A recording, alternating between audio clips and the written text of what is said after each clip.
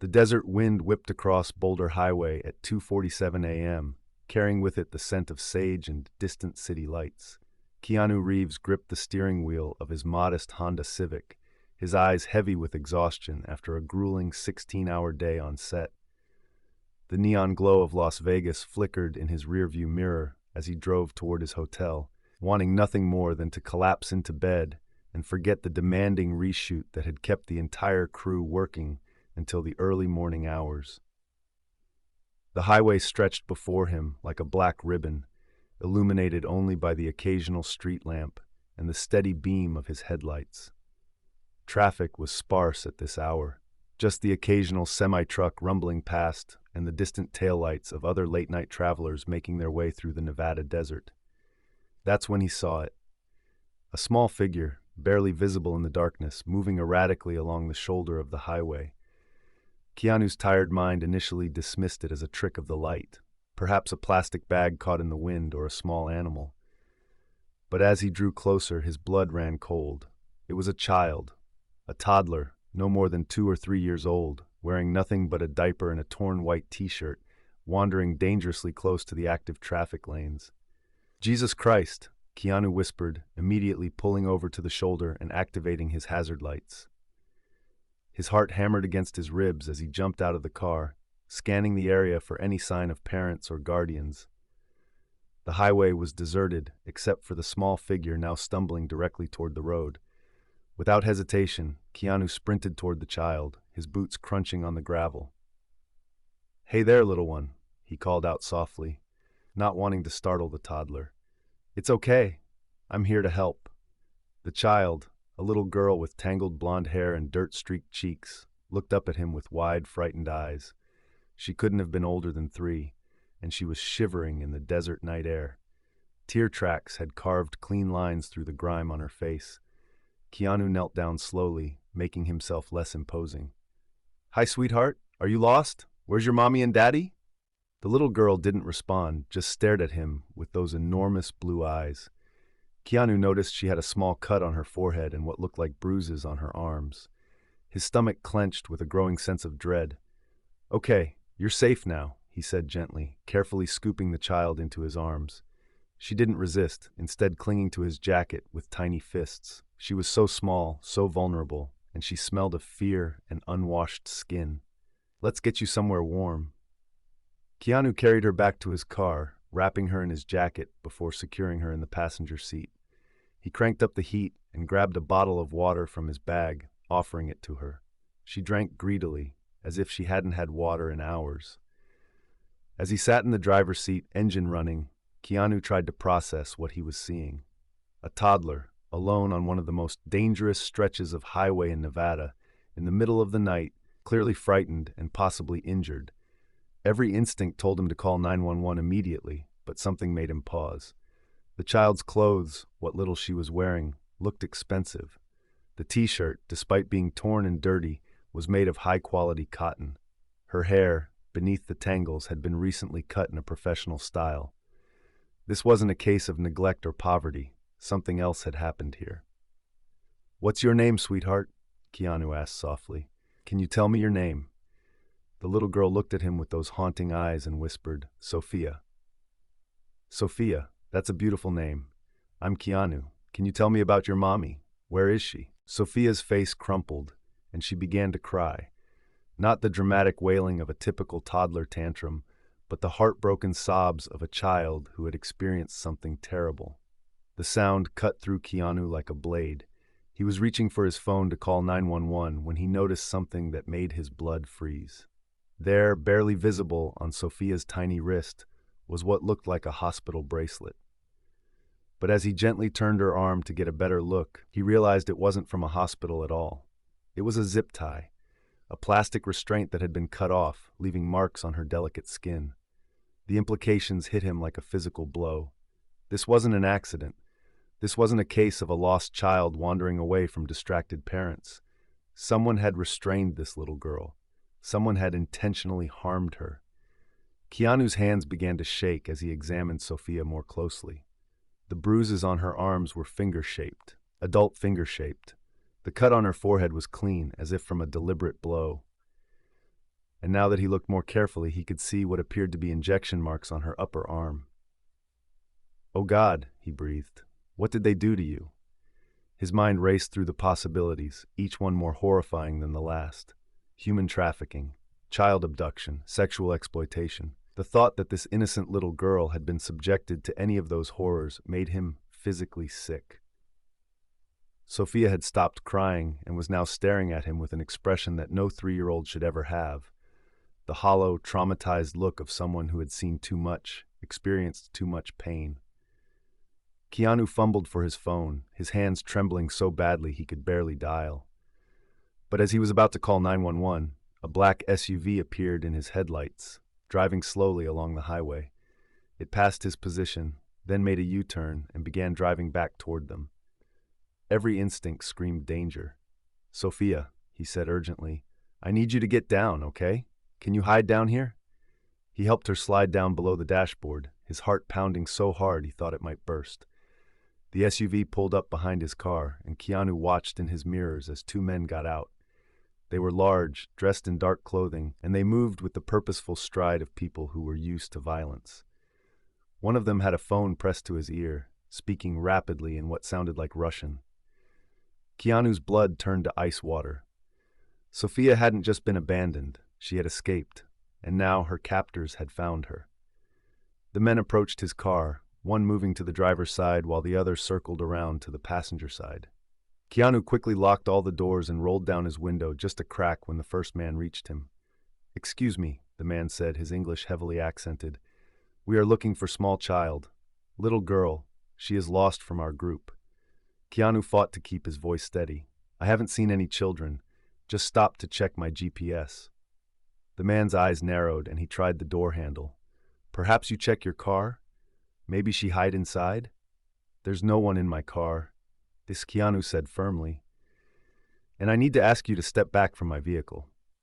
The second man had moved to the passenger side and was peering through the windows with a flashlight.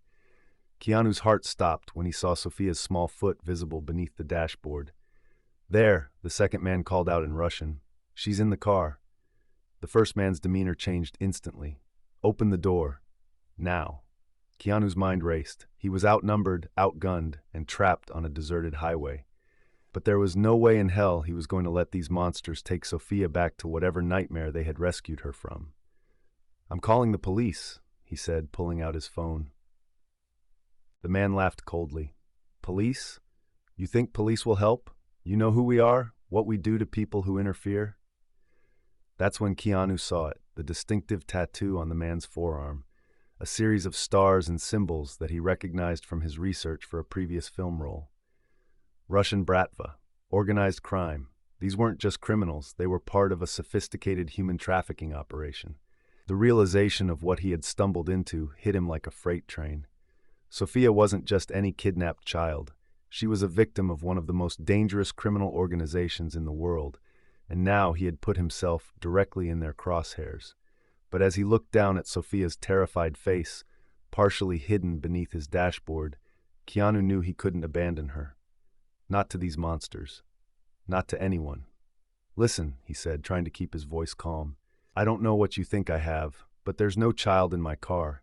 I'm just trying to get home." The second man had moved around to the driver's side and was standing uncomfortably close to the first man. Keanu could see the bulge of a weapon under his jacket.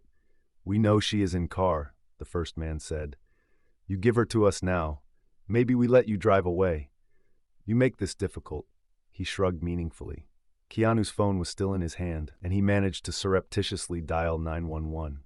When the operator answered, he spoke loudly enough for them to hear. "Yes, I'd like to report suspicious activity on Boulder Highway, mile marker 23. 2 men in a black SUV are threatening me and trying to get into my vehicle. I need police assistance immediately."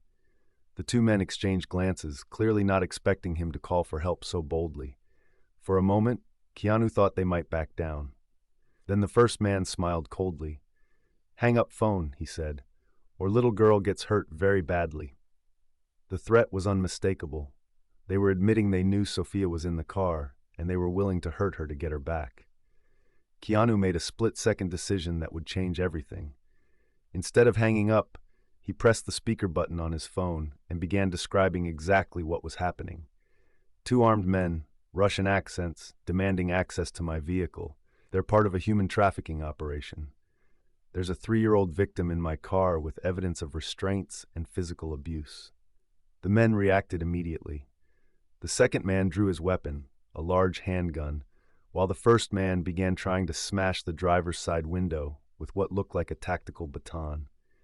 Keanu threw the car into drive and floored the accelerator, sending gravel flying as he sped away. In his rearview mirror, he could see the men running back to their SUV, and within seconds, they were in pursuit. "Hold on, Sophia," he said, reaching down to secure her as best he could while driving. "We're going to get through this." The chase that followed was unlike anything Keanu had ever experienced, even in his action films. The SUV was larger and more powerful than his Honda, and the men driving it clearly had no regard for traffic laws or safety. They rammed into his rear bumper repeatedly, trying to force him off the road. Keanu used every defensive driving technique he'd learned from his stunt work, weaving between lanes and using his smaller vehicle's maneuverability to stay ahead. But he knew it was only a matter of time before they either caught him or caused a crash that could kill both him and Sophia. That's when he saw the lights. Red and blue flashing lights in the distance, growing brighter by the second. The 911 operator had dispatched units, and they were closing in fast. The SUV behind him seemed to realize the same thing. It suddenly veered off the highway onto a side road, disappearing into the desert darkness. Keanu continued driving until he was surrounded by police vehicles, their lights creating a strobing constellation in the Nevada night. What happened next was a blur of paramedics, police officers, federal agents, and questions. So many questions. Sophia was immediately taken to University Medical Center for evaluation, and Keanu found himself in the surreal position of giving statements to FBI agents who had been tracking this particular trafficking ring for over 2 years. Agent Martinez, a stern woman in her 40s, explained that Sophia was one of dozens of children who had been smuggled into the United States for the purposes of sexual exploitation. The trafficking ring was international in scope, with connections to organized crime families in Russia, Eastern Europe, and Mexico. Sophia's real name is Anya Volkov, Agent Martinez explained as they sat in the hospital waiting room. She was taken from her family in Moldova 6 months ago. Her parents have been searching for her ever since. Keanu felt sick to his stomach. 6 months. This little girl had been in the hands of these monsters for 6 months. "How did she end up on the highway?" he asked. "Based on what we've been able to piece together from other victims we've rescued, the trafficking ring was moving several children to a new location. Something went wrong, maybe a rival gang, maybe law enforcement pressure, and they had to abandon the operation quickly. Sophia either escaped during the chaos or was left behind as a liability." The thought of Sophia wandering alone in the desert, probably for hours, made Keanu's chest tight with emotion. What happens to her now? She'll receive medical care and psychological support. Then, hopefully, we'll be able to reunite her with her family. Thanks to you, she has a chance at a normal life. But Agent Martinez's expression grew more serious. "Mr. Reeves, I need you to understand the gravity of what you've stumbled into. The Volkov organization doesn't forgive, and they don't forget. By interfering with their operation, you've made yourself a target." Keanu nodded grimly. He had expected as much. "What do you recommend?" "Enhance security. Change your routines. We can offer you federal protection. But given your public profile, it might be difficult to implement without drawing attention." Over the following weeks, Keanu learned more about the scope of the operation he had inadvertently disrupted. The Volkov organization was responsible for trafficking hundreds of children across international borders. Sophia's rescue had provided law enforcement with crucial intelligence that led to raids in 3 countries and the arrest of over 50 suspects. But the personal cost was significant. Keanu hired a private security firm and had to alter his entire lifestyle. The carefree days of driving alone through the desert were over, replaced by constant vigilance and the knowledge that dangerous people were looking for him. The media attention was intense, but carefully managed. The FBI requested that certain details be kept confidential to protect ongoing investigations, so the public story focused on Keanu's heroic rescue of an abandoned child rather than the full scope of the trafficking ring. 3 months after that night on Boulder Highway, Keanu received a call from Agent Martinez. Sophia Anya had been successfully reunited with her parents in Moldova. The medical and psychological care she had received in the United States had helped her begin the long process of healing from her trauma. "She's doing well," Agent Martinez said. "Her parents wanted me to tell you that they consider you part of their family now. They've named their new baby Keanu in your honor." Keanu felt tears in his eyes. How is she adjusting? It's a process. She still has nightmares, and she's going to need therapy for years. But she's resilient. Children often are. She's learning to be a little girl again. The agent paused, then continued. "There's something else. Anya drew you a picture. Her parents wanted to send it to you." The picture arrived a week later. A child's drawing of a man with long dark hair holding the hand of a small girl, with a big yellow sun shining down on them both. At the bottom, in careful 3-year-old handwriting, was the word hero. Keanu kept that drawing framed on his desk, a constant reminder of that night on Boulder Highway when a routine drive home had turned into something that would define the rest of his life. The Volkov organization was eventually dismantled, though it took over a year and international cooperation. Several of its leaders were arrested and sentenced to life in prison. The children who were rescued, dozens of them, were reunited with their families or placed in loving foster homes. But for Keanu, the real victory was much simpler. It was the knowledge that a little girl named Anya was safe, loved, and had the chance to grow up without fear. It was the understanding that sometimes heroism isn't about elaborate stunts or scripted action sequences. Sometimes it's about making the right choice in a moment of terror, even when that choice puts you in danger. On quiet nights, when the weight of fame and expectation felt particularly heavy, Keanu would think about that night on Boulder Highway. He would remember Sophia's trusting eyes looking up at him in the darkness, and he would know with absolute certainty that he had done the right thing. The desert wind still whipped across Boulder Highway, carrying with it the scent of sage and distant city lights. But now, when Keanu drove that stretch of road, always with security, always alert, he saw it differently. It wasn't just a highway anymore. It was the place where he had learned that true courage wasn't the absence of fear, but the willingness to act in spite of it. And somewhere in Moldova, a little girl was growing up safe and loved, carrying with her the memory of a stranger who had refused to look the other way when she needed help most. In a world that often felt dark and hopeless, that knowledge was everything. The truth that had made Keanu panic that night wasn't just about the trafficking ring or the danger he had stumbled into. The real truth was the recognition of how fragile safety is, how quickly innocence can be stolen, and how ordinary people are called upon to make extraordinary choices. But in the end, the most important truth was this: when faced with unthinkable evil, love and courage had prevailed. And that, Keanu knew, was a truth worth any amount of panic, any level of danger, any personal cost. Sophia was safe, Anya was home, and that made everything worth it.